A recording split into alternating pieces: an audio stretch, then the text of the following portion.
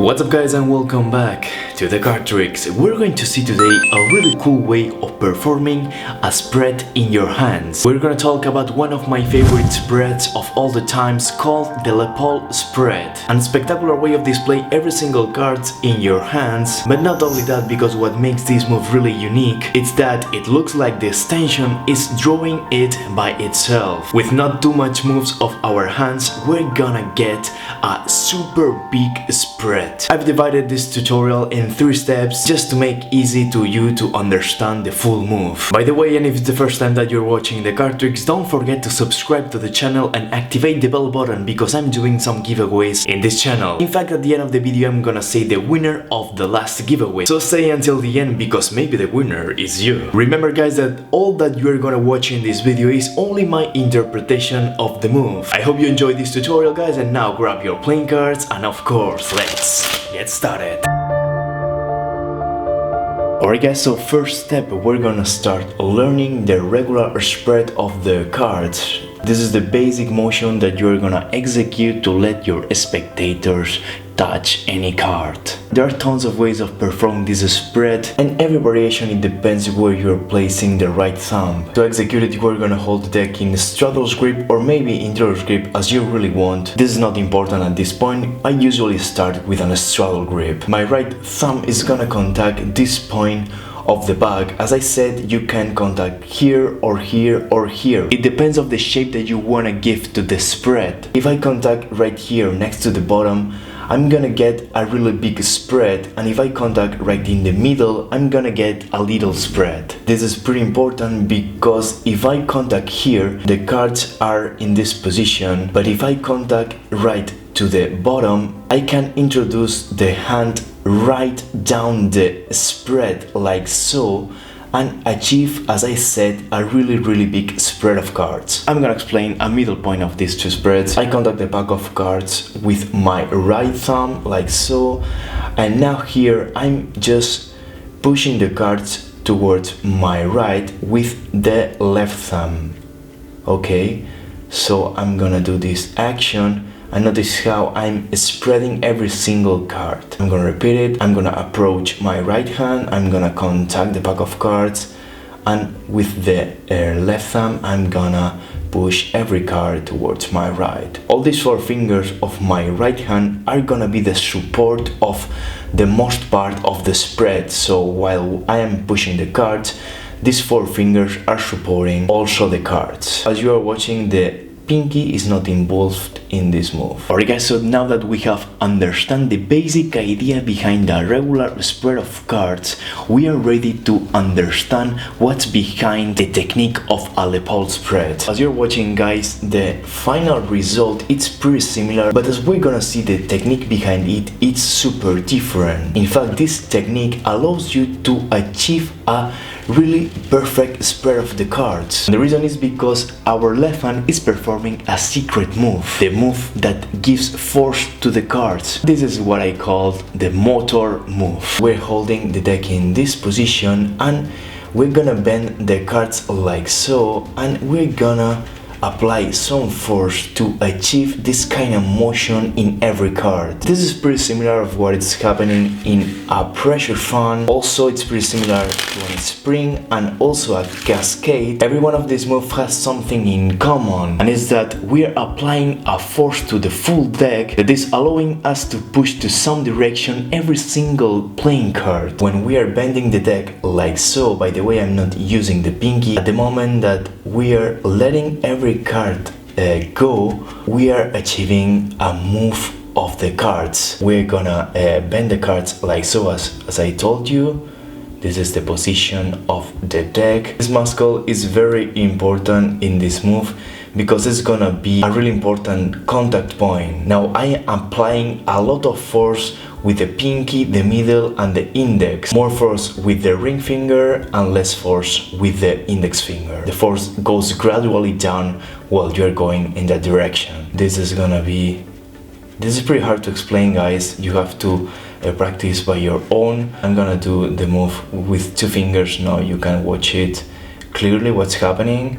I'm bending the deck and now I'm just letting go every card, okay?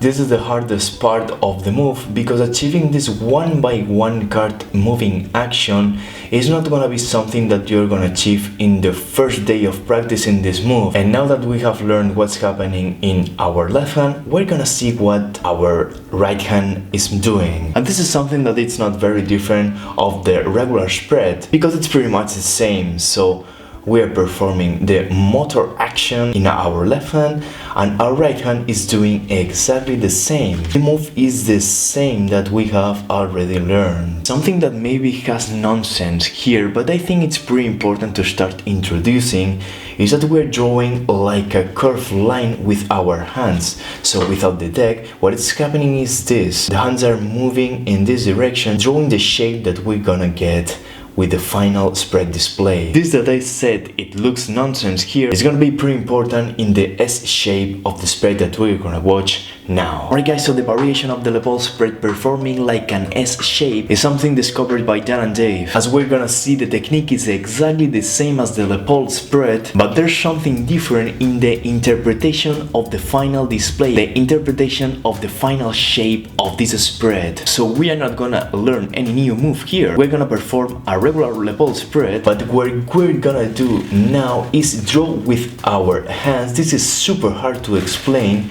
like an S shape. According to my experience practicing the move, I always start the move here, like a little bit on the top. So my LePaul spread, my motor part of the move starts here, okay? And now what I'm gonna do is that while I'm performing the LePaul spread, I'm gonna draw the S shape. It's super hard to explain in slow-mo. In fact, it's impossible to explain it in slow-mo, because guys, you are taking advantage of the inertia and also the speed. I think it's pretty important to understand what's happening without cards, okay? So I'm gonna do it without cards. I'm gonna do this action, okay? It's like so. Notice how the thumbs are also spreading the cards at the end.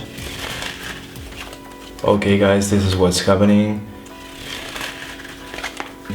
To close it, you only have to reverse all the action and let the deck spin like so. At least this is how I close it. Okay guys, so I'm gonna talk a little bit more about this move. This move was created by LePaul, and it's a really clever way to understand what a spread of cards is, because you are adding like a magical feeling to this spread of cards.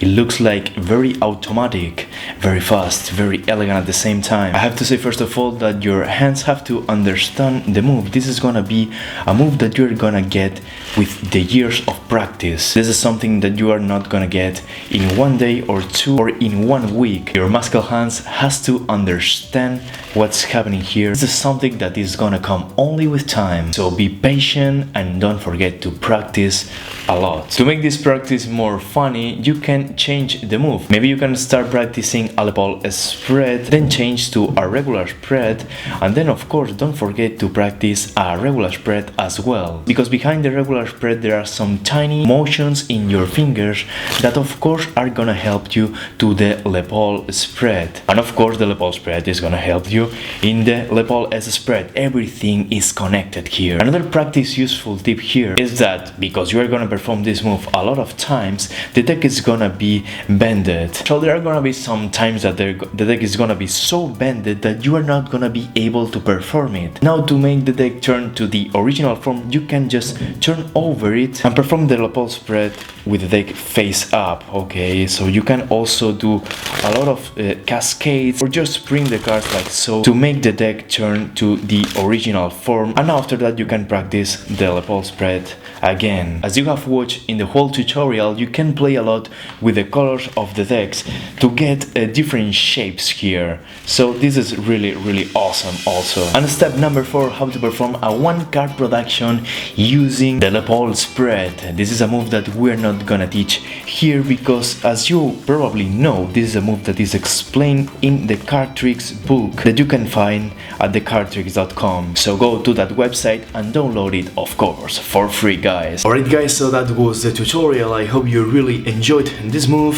If so, don't forget to leave a thumbs up in this video, because as you know, it helps growing this channel a lot. And by the way, we are more than 40,000 subscribers. That's a lot, and I have to say thank you so much, guys. I'm gonna leave you here, guys, the winner of the last giveaway that we have made in this channel. And if you don't want to miss any giveaway in this channel, don't forget to hit the subscribe button down below, and also activate, because this is very important, the bell button to get notified of every single video and have more chances to win. Until here this tutorial, guys, I hope you really enjoyed this move, and see you guys in the next video.